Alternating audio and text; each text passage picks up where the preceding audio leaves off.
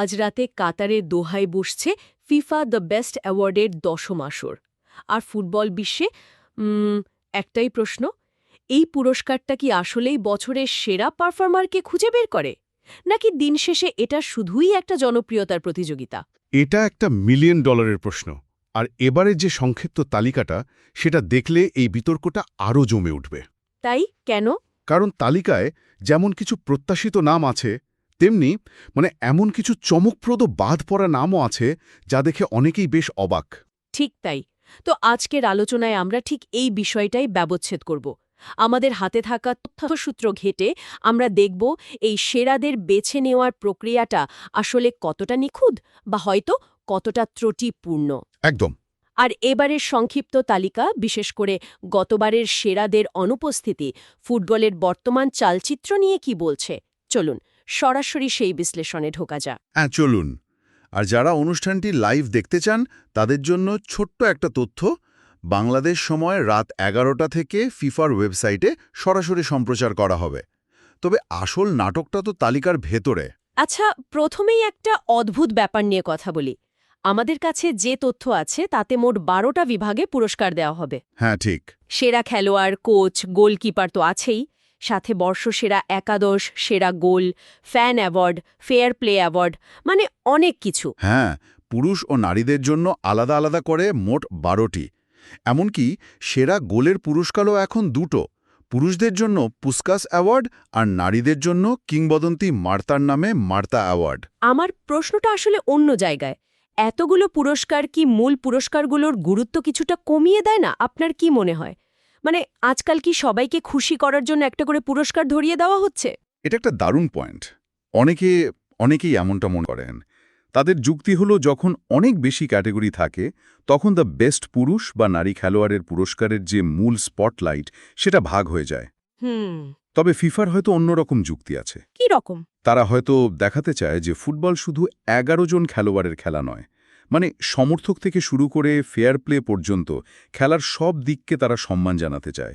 তবে আপনার কথাটা সত্যি, এতে মূল ফোকাসটা একটু হলেও সরে যায়। বোঝা গেল। কিন্তু দিন শেষে আলোচনাটা এসে থামে ওই একটা প্রশ্নে, সেরাদের বেছে নেওয়া হচ্ছে কিভাবে? প্রক্রিয়াটা কি? কারণ বিতর্কটা তো এখানেই সবচেয়ে বেশি হয়, তাই না? ঠিক। আর এখানেই আমাদের আলোচনার মূল থিমটা চলে আসে: পারফরম্যান্স বনাম জনপ্রিয়তা। মূল পুরস্কারগুলো, সেরা খেলোয়াড়, কোচ আর গোলকিপার, এইসব ক্ষেত্রে ভোট দেওয়ার জন্য 4টা পক্ষ আছে। 4টা পক্ষ? হ্যাঁ। প্রথমত, সারা বিশ্বের ফুটবল ফ্যানরা, যারা অনলাইনে ভোট দেন। দ্বিতীয়ত, সব দেশের জাতীয় দলের কোচরা। আচ্ছা। তৃতীয়ত, জাতীয় দলের অধিনায়করা। আর চতুর্থত, বাছাই করা কিছু সাংবাদিক। 1 মিনিট। তার মানে কি একজন সাধারণ ফ্যানের ভোটের ওজন আর ধরুন জার্মানির জাতীয় দলের অধিনায়কের ভোটের ওজন একদম সমান? এটা তো বেশ ইন্টারেস্টিং। কাগজে কলমে একদম তাই।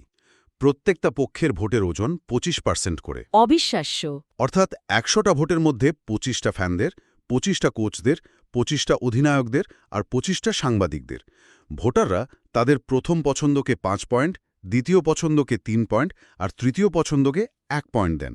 সব মিলিয়ে যার পয়েন্ট সবচেয়ে বেশি তিনিই বিজয়ী। তার মানে যদি ভক্তরা সবাই মিলে একজন খেলোয়াড়কে ভোট দিয়ে ভাসিয়ে দেয়, তাহলে কোচ বা অধিনায়কদের মতো বিশেষজ্ঞরা অন্য কাউকে চাইলেও সেই খেলোয়াড়ের জেতার একটা বড় সুযোগ থেকে যায়।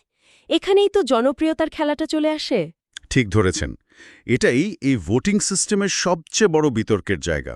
একদিকে এটা খুব গণতান্ত্রিক, কারণ সমর্থকদের মতামতকে গুরুত্ব দেওয়া হচ্ছে। অন্যদিকে বিশেষজ্ঞদের বিশ্লেষণ হয়তো অনেক সময় সাধারণ সমর্থকের ভাবনার চেয়ে আলাদা হয়। এই দুইয়ের মধ্যে ভারসাম্য রাখাটাই আসল চ্যালেঞ্জ। আচ্ছা, এবার তাহলে সেই তালিকায় আসা যাক জানিয়ে এত কথা। পুরুষদের বর্ষসেরা খেলোয়াড়ের সংক্ষিপ্ত তালিকাটা বেশ চমকপ্রদ। আমাদের হাতে থাকা তথ্য বলছে ব্যালন ডিওর জেতার পর পিএসজির উসমান দেমবেলে এবারও বড় দাবিদার। হ্যাঁ, দেমবেলের মৌসুমটা দুর্দান্ত কেটেছে, ক্লাবের হয়েও দেশের হয়েও। তাকে ফেভারিট ধরাটা স্বাভাবিক। তালিকায় আরও আছেন তার পিএসজি সতীর্থ আশরাফ হাকিমি, বায়ার্নের হ্যারি কেইন, লিভারপুলের মোহাম্মদ সালাহ আর রিয়াল মাদ্রিদের নতুন সাইনিং কিলিয়ান এমবাপে। হ্যাঁ, এমবাপেও। কিন্তু আমার চোখ আটকে গেছে অন্য একটা নামে, বার্সেলোনার লামিনে ইয়ামাল। মাত্র 17-18 বছরের একজন খেলোয়াড়ের এই তালিকায় জায়গা করে নেওয়াটা কি ইঙ্গিত দেয়? ভোটাররা কি এখন তরুণ প্রতিভাকে পুরস্কৃত করতে বেশি আগ্রহী হয়ে উঠছেন? এটা একটা বড় প্রশ্ন। ইয়ামালের অন্তর্ভুক্তি প্রমাণ করে যে ভোটাররা শুধু ধারাবাহিক পারফর্মারদেরই খুঁজছেন না, বরং ওয়াও ফ্যাক্টর বা সারা জাগানো প্রতিভাকেও স্বীকৃতি দিচ্ছেন। মানে এক মৌসুমে একজন টিনেজার যেভাবে ইউরোপের সেরা ডিফেন্ডারদের নাস্তানাবুদ করেছে, সেটা উপেক্ষা করা কঠিন। এটা হয়তো একটা নতুন ট্রেন্ডের শুরু। কিন্তু তালিকার আসল গল্পটা তো কারা আছেন তা নিয়ে নয়। আমার মনে হয় আসল গল্পটা হলো কারা নেই। গতবারের বিজয়ী ভিনিসিয়াস জুনিয়র সেরা 11তেই নেই। ঠিক। এমনকি গতবার সেরা 3-এ থাকা রদ্রি আর জুড বেলিংহামেরও নাম নেই। এর মানে কি? এটাই এবারের সবচেয়ে বড় আলোচনার বিষয়। এর মানে শুধু ফর্মের পরিবর্তনশীলতা নয়, এটা আরও গভীর কিছু ইঙ্গিত দেয়। যেমন ভিনিসিয়াস বা বেলিংহামের অনুপস্থিতি কি শুধুমাত্র ব্যক্তিগত ফর্মের কারণে, নাকি ক্লাব ফুটবলে প্রতিপক্ষের ডিফেন্ডাররা তাদের খেলার ধরনটা ধরে ফেলেছে? অথবা এমনও তো হতে পারে যে ভোটারদের মানসিকতায় কোনো পরিবর্তন এসেছে। অবশ্যই হতে পারে। ভোটাররা এই বছর ব্যক্তিগত নৈপুণ্যের চেয়ে দলের সামগ্রিক সাফল্যে বেশি গুরুত্ব দিচ্ছেন। পিএসজি বা বায়ার্নের খেলোয়াড়দের সংখ্যাধিক্য সেদিকে ইঙ্গিত করে। ঠিক। ভিনি বা বেলিংহাম ব্যক্তিগতভাবে ভালো খেললেও তাদের দল হয়তো প্রত্যাশা পূরণ করতে পারেনি। এই বাদ পড়াটা দেখায় যে শীর্ষে থাকাটা এক জিনিস আর টিকে থাকাটা সম্পূর্ণ অন্য জিনিস। সত্যি, ফুটবলের স্মৃতি বলে কিছু নেই। আচ্ছা, এই একই চিত্র কি আমরা নারী খেলোয়াড়দের তালিকাতেও দেখতে পাই? সেখানে কারা এগিয়ে? নারীদের তালিকাটাও বেশ শক্তিশালী, তবে এখানে বার্সেলোনার আধিপত্যটা বেশ স্পষ্ট। গতবারের বিজয়ী আয়তানা বোনমাতি এবারও আছেন, সাথে আছেন তার সতীর্থ অ্যালেক্সিয়া পুতিয়াস। মানে স্পেনের বিশ্বকাপ জয়ের প্রভাবটা এখনও রয়ে গেছে। বনমাতি তো গত বছর সম্ভাব্য সব পুরস্কারই জিতেছিলেন। এবার কি তার কোনো শক্ত প্রতিযোগী আছে, নাকি এবারও একতরফা ব্যাপার হবে? না, প্রতিযোগী অবশ্যই আছে। যেমন ইংল্যান্ডের চেলসি তারকা লরেন জেমস বা আর্সেনালের ক্লোই কেলি। বিশেষ করে লরেন জেমসের ফর্মটা দেখার মতো। আচ্ছা। এখন প্রশ্ন হলো, ভোটাররা কি বোনমাতির ধারাবাহিকতায় মুগ্ধ থাকবেন, নাকি লরেন জেমসের মতো একজন গেম চেঞ্জারের বিস্ফোরক পারফরমেন্সকে পুরস্কৃত করবেন? এখানেই মূল লড়াইটা হবে। তার মানে এখানেও সেই একই বিতর্ক, ধারাবাহিকতা বনাম সাড়া জাগানো পারফরমেন্স। কোচদের তালিকায় কি অবস্থা? পুরুষ দলের সেরা কোচের তালিকাতে তো বেশ কয়েকজন হেভিওয়েট নাম দেখছি। হ্যাঁ, এখানেও লড়াইটা বেশ কঠিন। একদিকে আছেন আর্সেনালকে প্রায় শূন্য থেকে গড়ে তোলা মিকেল আর্তেতা, যার খেলার দর্শন সবার প্রশংসা পাচ্ছে। অন্যদিকে আছেন পিএসজির তারকাখচিত দলকে ম্যানেজ করা লুইস এনরিকে এবং বার্সেলোনার হানসি ফ্লিক। এখানে তো 3 জনের দর্শনেই অনেক পার্থক্য। আর্তেতার প্রসেস নির্ভর ফুটবল, এনরিকের আক্রমণাত্মক কৌশল আর ফ্লিকের হাই প্রেসিং সিস্টেম। ভোটাররা কোনটাকে বেশি গুরুত্ব দেবেন বলে মনে হয়? এটাই মজার ব্যাপার। এটা নির্ভর করে ভোটাররা কি খুঁজছেন তার ওপর। তারা কি একজন প্রজেক্ট বিল্ডারকে, মানে আর্তেতাকে পুরস্কৃত করবেন, নাকি একজন ট্রফি উইনারকে যেমন এনরিকে, নাকি একজন ট্যাকটিক্যাল মাস্টার ফ্লিককে? এই তালিকাটা ফুটবলের কোচিং দর্শনের বৈচিত্র্যটা খুব ভালোভাবে তুলে ধরে। আর সেরা গোলরক্ষকের তালিকায় সেখানেও তো চেনা সব নাম: অ্যালিসন, কোর্তোয়া, এমিলিয়ানো মার্তিনেজ, নয়ার। এই তালিকাটা সবসময় দিগ্গজের লড়াই। তবে এবার একটা জিনিস লক্ষ্য করার মতো, এমিলিয়ানো মার্তিনেজ গত বিশ্বকাপের পর থেকে যেভাবে বড় ম্যাচের নায়ক হয়ে উঠেছেন, সেটা তাকে একটা বাড়তি সুবিধা দিতে পারে। ঠিক।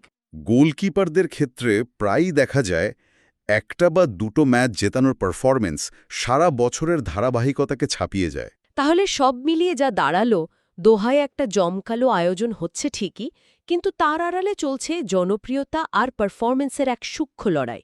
ভোটারদের মানসিকতা, নতুন প্রতিভার উত্থান আর পুরনো তারকাদের অপ্রত্যাশিত পতন, সবকিছু মিলিয়ে এবারের দ্য বেস্ট অ্যাওয়ার্ড শুধু একটা পুরস্কার বিতরণী অনুষ্ঠান নয়, এটা ফুটবলের বর্তমান অবস্থার একটা প্রতিচ্ছবি।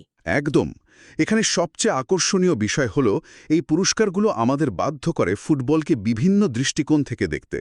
এটা শুধু গোল বা অ্যাসিস্টের পরিসংখ্যান নয়, এর সাথে জড়িয়ে আছে দলীয় সাফল্য, খেলার কৌশল, কোচের দর্শন এবং অবশ্যই সমর্থকদের আবেগ।